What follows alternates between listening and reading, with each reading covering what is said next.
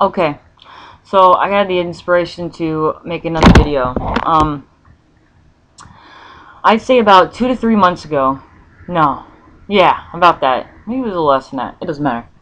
Um, I had a dream about geological locations and emotion.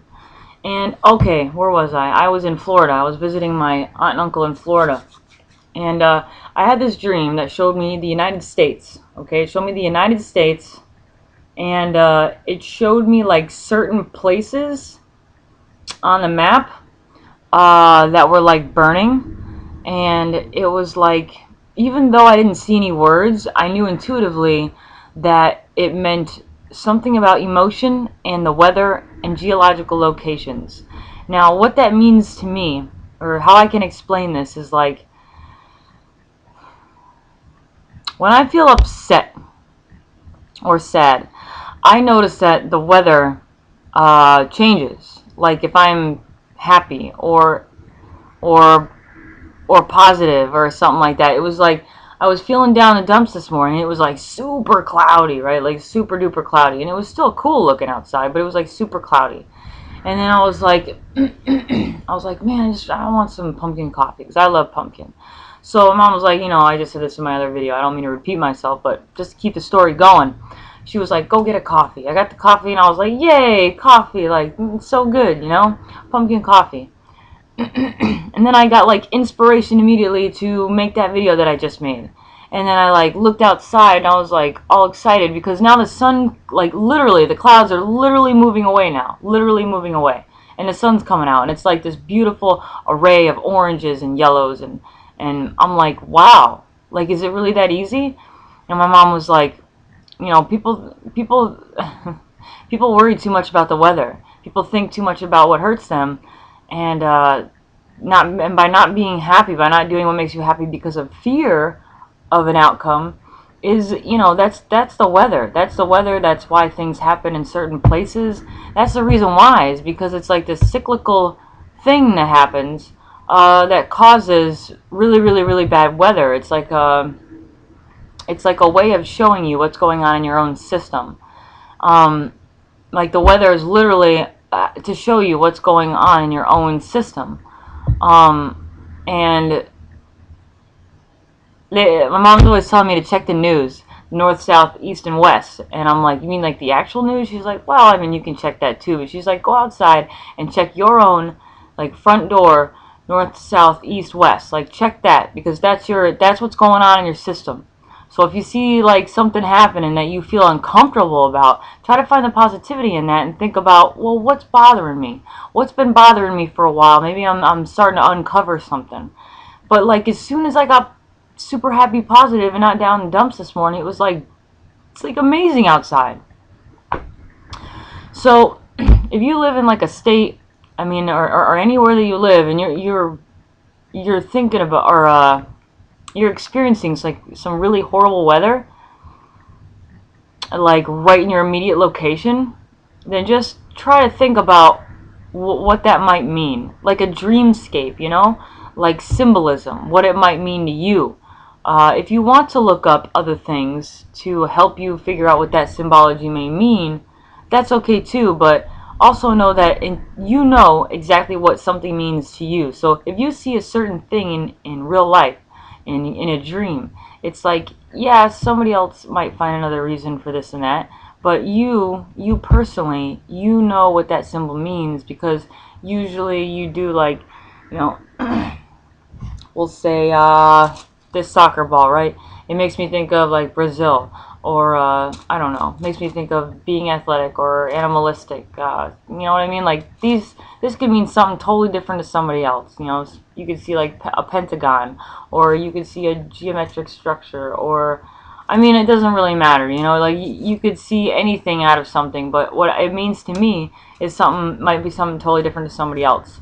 So it's like taking the time out to check out your own weather right outside your front door, and then thinking about what it means to you, and uncovering some of those fears or those things that make you upset or unhappy. Because for the past like couple of months, that's what my spirit has been doing with me, is that I was exhausting all of my resources by fasting, and it was like and it literally uncovers like all of these memories. My mom was like, try to think back as to what made you really happy as a kid, really really happy. And I was like, oh well, grilled cheese. So I went and I walked to this place and got a grilled cheese. I took a bite, and it was like immediately I remembered a memory about that particular food and that particular timeline. It's almost as if the cellular memories of whatever it was you ate before literally uncovers like a memory of that exact moment in time. And it's almost as if it creates a time warp, so that whatever memory that made you feel uncomfortable, by finding the positivity in that one memory or many memories that made you uncomfortable, by finding positivity and being happy about it, it's like you literally stop time to go back to meddle with it and say, okay, I'm good with this because I can see the positivity as to why this may have happened. And you get sent right back to the present moment, and it's like literally your whole world changes. I think that's the reason why maybe we can actually see pictures in our mind's eye, and maybe that's what time travel really is that just by going back to that really uncomfortable moment and experience it in a positive way, you literally change your cellular memory in your body.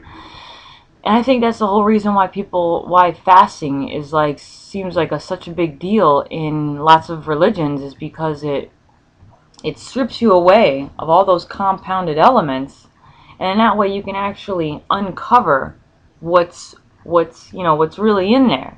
Like archaeologists, you know what I mean? They brush away all the extra sediment in the rocks and the dust and the layers by layer by layer, but then it's like, aha, I found some truth. Aha, you know? And that's what everyone's looking for, is like this truth. But the truth is, these cells have been in the system since the very beginning, and to be able to realize that we're connected to everything, is that we can actually remember everything just by a smell or a color or vibration, anything. We have a memory. We have this trigger response, and that's probably why we get aggressive about competition and this and that, is because it's a trigger. It may not be your exact trigger, but it's some cellular memory in your actual system. So even if you personally didn't experience it, somebody else experienced it down the line. Maybe it was one of your past lives, way back then. And by reacting differently instead of aggressive, I'm not saying you can't be aggressive, but by working it out, you know what I mean? Like, punch a bag. Take your mattress off your bed, put it on the wall, and beat the crap out of it. If you gotta be aggressive, then try not to be too aggressive with people. Unless you really have to. I don't know. I don't have all the answers to that. I'm just saying, by just looking at the positive side of things that made you feel super uncomfortable, totally uncovers things for you in your immediate reality. Because as soon as you make that decision of being positive, as soon as you make that decision, you have now stepped into like the fifth dimension or something. You literally create your own future, your own present moment, just by being positive and looking at your situation and saying, well, okay, what can I do to make myself happy? The situation can make you happy, but like, what makes you happy? So by making yourself happy, you now create a very, very happy space around you for other people to be like, oh wow, she's so happy. And you're like a tuning fork. So whatever you're vibrating at, anybody who stands next to you, they're going to feel that vibration. So it like, now their molecules are moving that fast, or whatever your vibration is. And then, that's probably the reason why, like, negativity is so contagious, and why viruses are so contagious. It's this frequency, and if you let it get you down, or you let it do this and this and that, maybe it's for a reason. Maybe, Ebola is here to show us that where's the positivity in it, okay? It's like, yeah, it looks super negative because people are dying, but where's the positivity? There's got to be positivity in there. It's a certain frequency. For whatever reason, it's here. So maybe that's the next thing I should look up, is like what the virus looks like, The actual construct. I mean, I know that everything is made out of atoms, so I mean, technically it's all the same frequency, you know. Maybe it's just perspective. That's the only difference. It's a cycle of life. People pass on. Maybe that person was wanting to be something else in another life. Maybe you know what I mean? Like, I don't know. Maybe the system's just changing so quickly because people want so many things that the frequency needs to change other structures. So that's what happens. It's like there's a huge, you know, plague or whatever because we want change. We want things to happen. So things get wiped out so you can remake it. Maybe that's the ticket. I'm not saying like I don't care about people passing away. I mean, of course, you know, I struggle all the time with not being able to physically connect with my ma. I can just hear her. But, you know, it's like you got to find the positivity in what's right in front of your face. So yeah, I didn't want this video to go too long, but I just needed to get that out about geolocations and your immediate location and your mood, your emotion, and anybody that's living near you or with you with with a certain kind of attitude. It's like a rise above it situation. Okay, so thank you for watching.